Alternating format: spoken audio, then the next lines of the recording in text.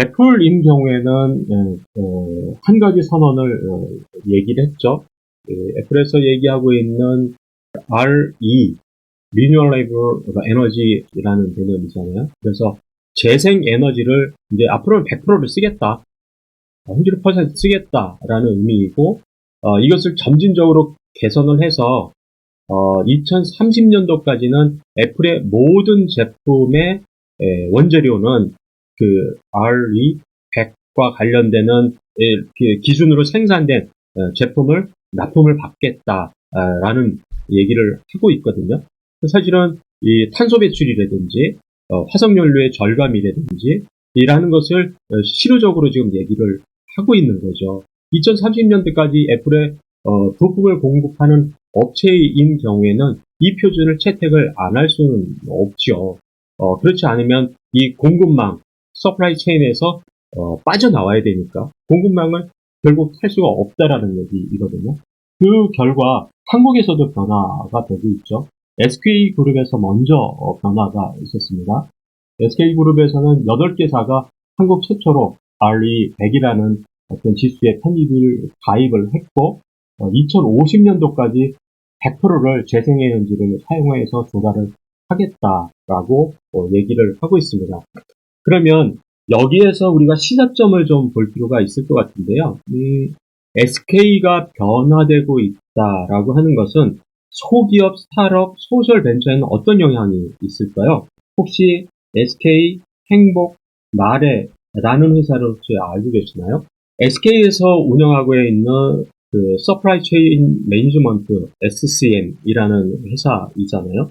과거에는 대기업에서 좀 그런 문제가 있었잖아요. MRO, 기업에서 모든 소모품들을 하나의 회사에다 다 구매를 해서 거기서 파생되는 잉여를 또 그 대기업에서 다 수익으로 받는 문제가 사회적 문제가 된 적이 있습니다. 그래서 사실은 SK 행복나래인 경우에는 SCM이기도 하고 MRO이기도 하죠. 그런 어떤 구매를 대행해주는 회사라고 볼 수가 있을 것 같은데, 이 SK 행복나래라는 회사인 경우에는 SK에서 구매하고 있는 모든 제품을 사회적 기업에서 생산하는 상품대로 우리가 우선 구매를 하겠다라는 걸 선언을 했어요. 그리고 중소기업에 보급하는 것도 중개 대행을 해주겠다라는 얘기고, 그래서 많은 사회적 기업이거나 소셜 벤처가 SK 행복나래를 통해서 납품을 실제 하고 있습니다. 그 규모가 연간 얼마 정도가 될까요? 1조입니다.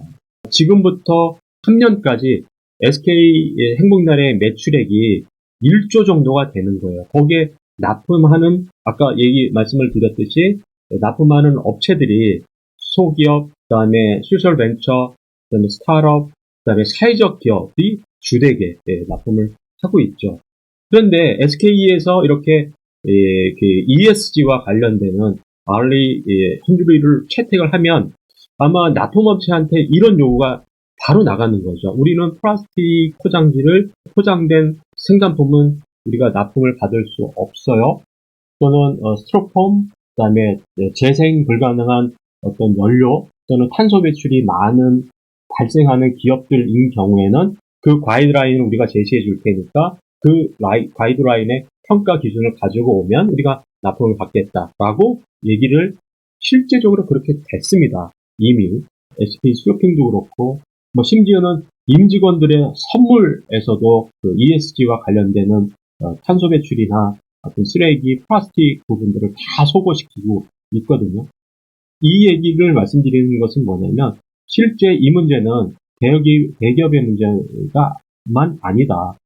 거기 대기업에 납품을 하고 있는 소기업, 소셜벤처, 그다음에 사회적 기업에 즉각적으로 실효적으로 발현되는 문제이다라고 우리가 볼 수가 있을 것 같습니다. 이것은 앞으로 더 확대될 수밖에 없을 것 같고요. 자, 그래서 마지막으로 그러면 이런 어떤 그 거대한 전환에 소기업, 그 소셜벤처, 사회적 기업은 어떻게 스타트업들은 대응을 해야만 될지에 대해서 한번 생각을 해 보시죠. 5개 정도는 우리가 준비해 보면 되지 않을까라는 마무리를 좀 해보겠습니다. 테슬라의 문제, 그다음에 애플의 문제, 그다음에 SK를 우리가 올려봤어요. 테이블 위에 올려봤고 그 서프라이 체인 공급망에 만약에 올라타지 못한다라고 하면 두 가지 문제가 발생될 수 있을 것 같습니다. 결국 글로벌 기업과 대기업, 정부, 지자체 이 네 가지의 플레이어인 경우에는 우리한테 많은 재정적 또는 투자 또는 팔로 매출을 발생시키는 대상이기도 하는 거죠.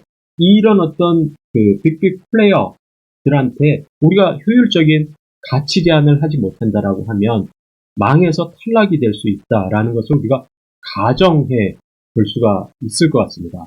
그래서 실질적으로는 SK에서 갖고 있는 기업의 ESG와 관련되는 업계의 중대성 문제, 즉 탄소 배출이라든지 기후라든지 그다음에 그 인권의 문제라든지 노동의 차별이라든지 뭐 이런 산업 안전이라든지 이런 문제를 우리가 어떻게 우리 기업에서 보장해 줄 거냐, 납품업체로서 이런 문제를 파악하는 게 소기업이 굉장히 중요할 것 같고요. 그리고 정부 규제, 한축에서는 규제입니다.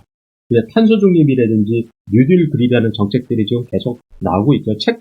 채찍과 당근을 동시에 오는데 만약에 탄소 중립이라든지 그린 뉴딜이라든지 이런 것을 생산하거나 아니면 기업에 적용하거나 실행하거나 표준을 갖고 있는 경우에는 실제 그 자금도 지원해주죠. 그래서 더 잘할 수 있도록 동시에 그렇게 되지 않으면 지원 대상에서 제외가 된다든지 뭐 이렇게 볼 수가 있을 것 같습니다. 그래서 실제 우리가 첫 번째 문제는 글로벌 가치 체인, 공급 서플라이 체인에서 탈락하게 되면 망해서 네트워크에서 탈락할 수 있다. 결국 팔로의 문제라고 우리가 볼 수가 있을 것 같습니다.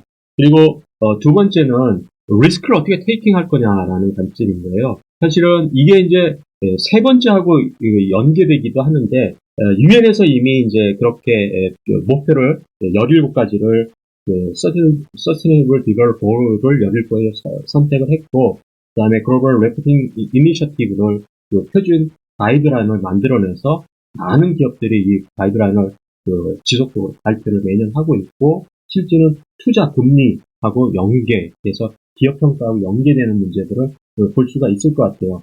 거기서 주되게 얘기하고 있는 게 뭐죠? 환경의 요소가 있는지, 고용, 산업 안전, 개인정보 보호, 불공정 등이 이런 문제들은 리스크인데 리스크를 어떻게 테이킹할 수 있느냐라는 문제인 거죠. 그런 부분들을 우리가 생각해 볼 필요가 있고 사실은 이게 리스크이기 때문에 역설적으로는 이 스타트업한테는 기회가 됩니다. 신사업을 창출할 수 있는 기회가 되거든요. 소셜이라든지 임팩트, ES 펀드가 계속 미국의 국부보다도 GDP 규모 이상의 펀드가 조성이 되고 있고 심지어는 기금도 지금 만들어지고 있는 거죠. 그리고 실효적으로는 초기 기업에 이게 체감적으로 갈 수 있는 부분들은 어떤 게 있냐면 이제 모태나 아니면은 펀드 계정에서도 ESG와 관련되는 부분들은 이제는 탑재를 하기 시작을 해요. 그래서 코GP를 구성을 할 때 ESG와 관련되는 평가 이슈 등을 이제는 사실 묻기 시작합니다. 그러면 펀드를 조성했을 때 그게 이제 정부의 압력이든 국제 표준의 어떤 규약이든 그것이 펀드의 평가 지표로 들어간다라고 하면 실제 얼리 스테이지에서 여러분들이 만나게 될 투자가들, 엑셀레이터, VC 등이라고 하더라도 ESG 이슈에 대해서는 점검을 할 겁니다. 왜 그러냐면 결국 그 회수의 문제, ROI의 문제이기 때문에 그 이슈가 큰 펀드서부터 조성이 돼서 실제 여러분들한테 투심 부분에서도 반영이 될 수밖에 없다. 그러면 여러분들이 직접적으로 ESG와 관련돼서 지금 표준을 갖고 있지 않다라고 하더라도 선언적으로 앞으로 우리는 그런 리스크가 도래됐을 때 이런 준비를 하고 있다라는 것은 기업의 어떤 목표로서 설정은 할 필요가 있다라고 보여지는 거거든요. 그리고 그런 어떤 리스크는 상대적으로는 신사업을 추진하는 기업에게는 새로운 기회를 만들어낸다.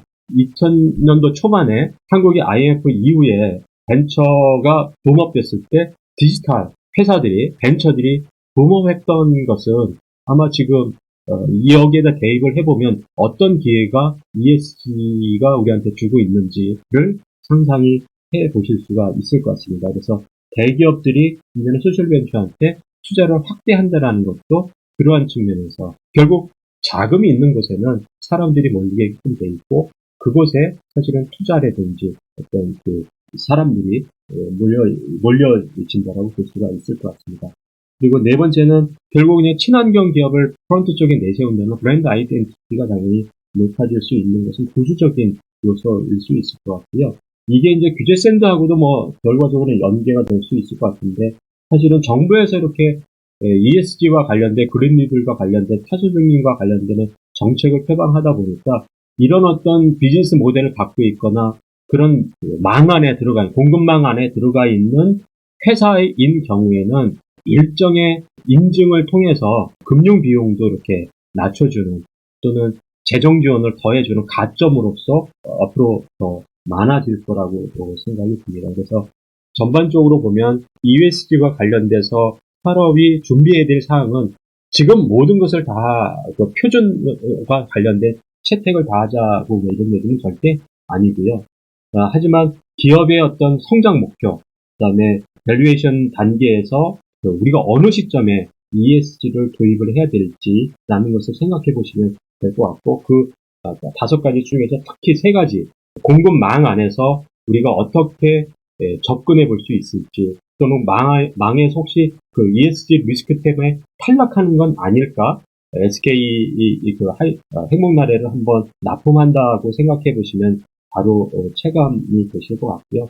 그리고 그런 리스크는 결과적으로는 대기업서부터 순차적으로 중견기업, 중소기업, 소기업으로 내려오기 때문에 우리한테도 언젠가는 그런 부분들이 올 수밖에 없다. 그래서 리스크가 될 수 있으니 그걸 어떻게 테이킹할 거냐라는 것을 생각해 봅시다라는 거고요.